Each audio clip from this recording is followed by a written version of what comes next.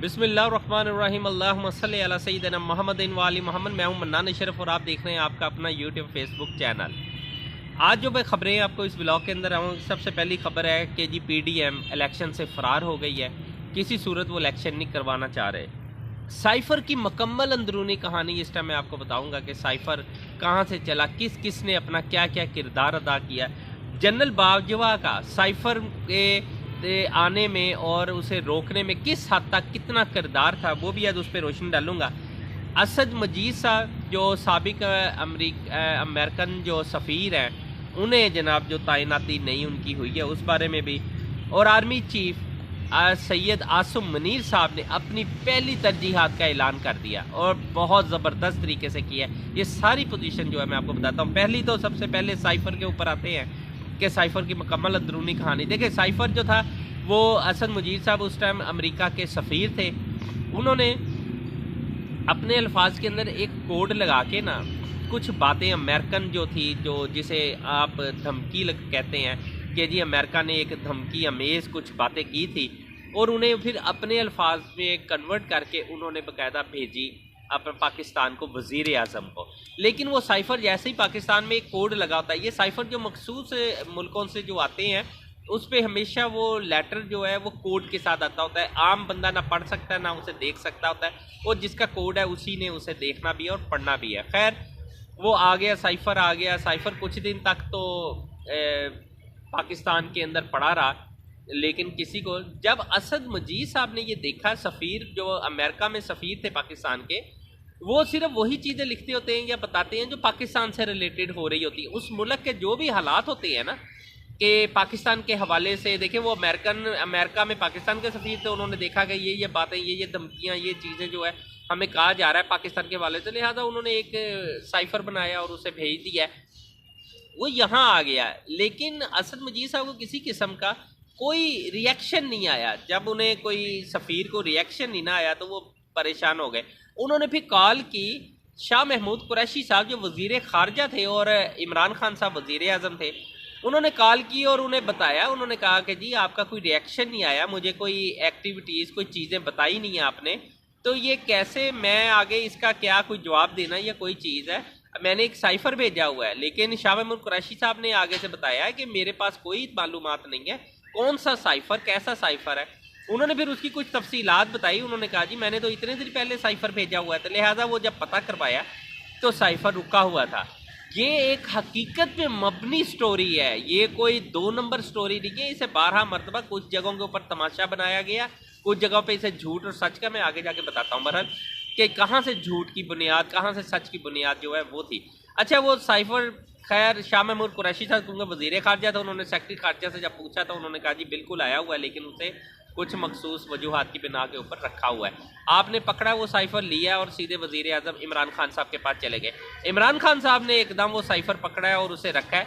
इसी दौरान जनरल बाजवा साहब की एंट्री हो जाती है। जब इमरान खान साहब के, जनरल बाजवा के उस टाइम के आर्मी चीफ थे, उनके साथ बात होती है तो वो जनरल बाजवा साहब कहते हैं क्योंकि ये सेंसिटिव इशू है, इसे अपने पास करके रख लें, अभी इसका कोई मंजर आम के ऊपर इस तरह की बातें ना लेके आएँ, ये बहुत ज़्यादा मामला जो है संगीन नौयत का है, ये ना हो कि कोई मामला जो है गड़बड़ हो जाए।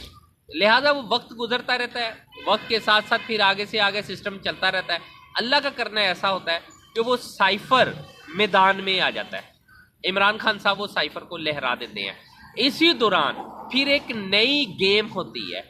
वो फिर ये होता है कि कुछ मीडिया को उसके ऊपर लगा दिया जाता है। मीडिया को ये कहा जाता है कि आप साइफ़र को झूठ पे मबनी स्टोरियां चलाना शुरू कर दें साइफ़र के ख़िलाफ़।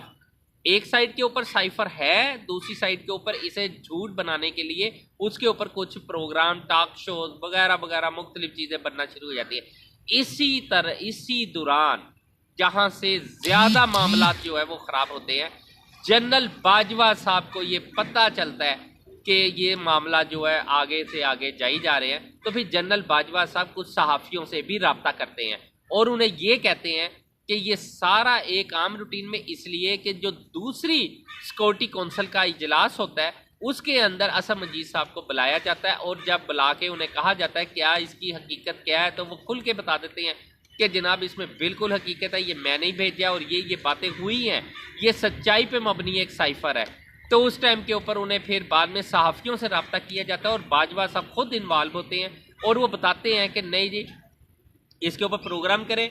ये सफ़ीर, अमेरिकन सफ़ीर जो है खुद बताएंगे कि ये झूठ है, ये गलत है। लेकिन जब इतनी चीज़ें, इतनी बातें मैदान के अंदर आ रही होती हैं ना, तो मामला जो है ना वो संगीन होते चले जाते हैं। तब तक रजीम चेंज ऑपरेशन हो चुका होता है, लेकिन उसके बाद फिर साइफर को तब्दील करना, साइफर के ऊपर नई गेम कर देना, सच और झूठ की लड़ाई शुरू करवा देना, इसके अंदर आके जनरल बाजवा साहब ने फिर अपना किरदार अदा करते हुए साइफर को पूरी कोशिश की कि साइफर मीडिया के अंदर उस पर डिबेट हो और ये आम रूटीन का झूठ करार दे दिया जाए। इसलिए कि आपको मैं थोड़ा सा बैकग्राउंड के ऊपर ले जाता हूँ। जब इमरान खान साहब ने रूस के अंदर जाके उनका विजिट किया था ना रूस में, तो अमेरिका इन्वॉल्व हुआ था, तो उन्होंने कुछ पूछा था कि जी इमरान खान साहब ने क्या अपनी मर्जी से किया है कि रियासत की मर्जी से ये जो है टूर किया है। तो उस टाइम के ऊपर उन्हें लाजमी बात है, अमेरिका को किसी ने तो बताया था ना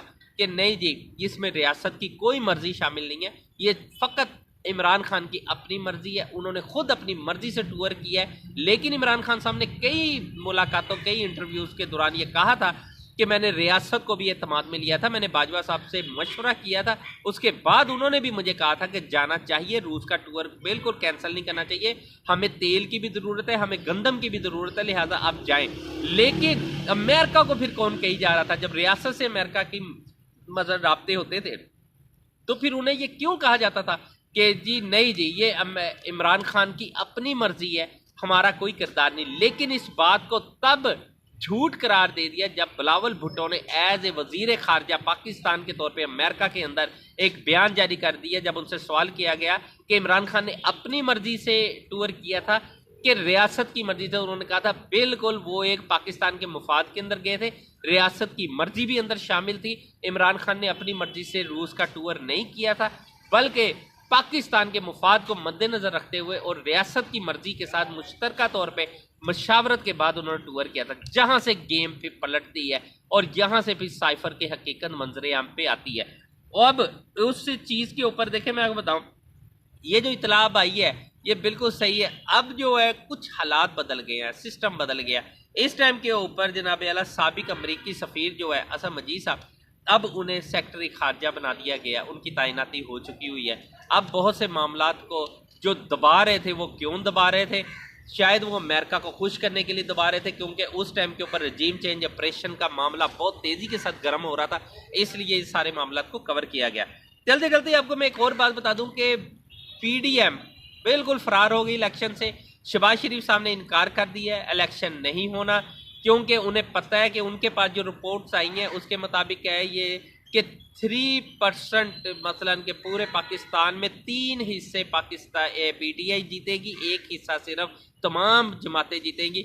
इसलिए इलेक्शन में अगर अभी चले गए तो उनके पल्ले कुछ नहीं है, सीटें जीत नहीं पाएंगे। इसलिए जिस हद तक हो सके पंजाब की गवर्नमेंट किसी सूरत गिरने नहीं देनी है, उसके लिए जितना जोर लगता है लगाना पड़ा तो लगाएंगे। लेकिन इमरान खान, ये शहबाज शरीफ साहब को नवाज शरीफ साहब ने बाकायदा स्ट्रिक्टली ये ऑर्डर जारी कर दिया है कि आपने किसी सूरत इलेक्शन में अभी नहीं जाना जब तक मैं ना आ जाऊं, मैं आके यहाँ की चीज़ें कवर ना कर लूँ, मेरे केसेस ख़त्म ना हो जाए।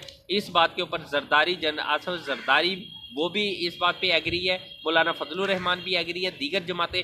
अब ये दीगर जमातों को जो है ना वो स्टैंड कर रहे हैं, छोटी जमातों को भी बड़ी जमातों को भी, उन्हें स्टैंड इस बात के ऊपर किया जा रहा है कि जी आप इलेक्शन से फरार हासिल करें तब कहीं जाके हम फरार हो सकते हैं, वरना बहुत मुश्किल हो जाएगी। लेकिन इमरान खान की स्ट्रेटजी इन सारे हालात के बाद बहुत जल्दी, हद 12 घंटे नहीं तो 24 घंटे के अंदर उनकी भी स्ट्रेटजी जो है वो मंजर आम के ऊपर आ जाएगी, पता चल जाएगा कि क्या हालात हैं। लेकिन इस टाइम के ऊपर हालात जो है, सूरत हाल है कि जो मुज़ाकरात होने हैं या जो कुछ भी हो, बैकडोर चैनल के ऊपर तो मुज़ाकरात हो रहे हैं, लेकिन बिल्कुल PDM मुकम्मल इस टाइम फैसला कर चुकी है कि उन्होंने किसी सूरत इलेक्शन में अभी नहीं जाना। अच्छा, एक चीज़ और है कि आर्मी चीफ, मौजूदा आर्मी चीफ जो है आसम मुनीर साहब, उन्होंने अपनी पहली तरजीहात का बाकायदा ऐलान कर दिया। उन्होंने जनाब 0 पॉइंट के ऊपर जाके विज़िट किया है, वो जो हमारे बॉर्डर है उनके ऊपर गए हैं और वहाँ जाके विज़िट करते हुए वहाँ ऐलान किया है कि देखें, जब कोई आर्मी चीफ जो है ना, जब किसी इलाके में या किसी जगह के ऊपर जाता है, जो पहला टूर होता है ना, वही शो करता है कि उनकी स्ट्रेटजी क्या होगी।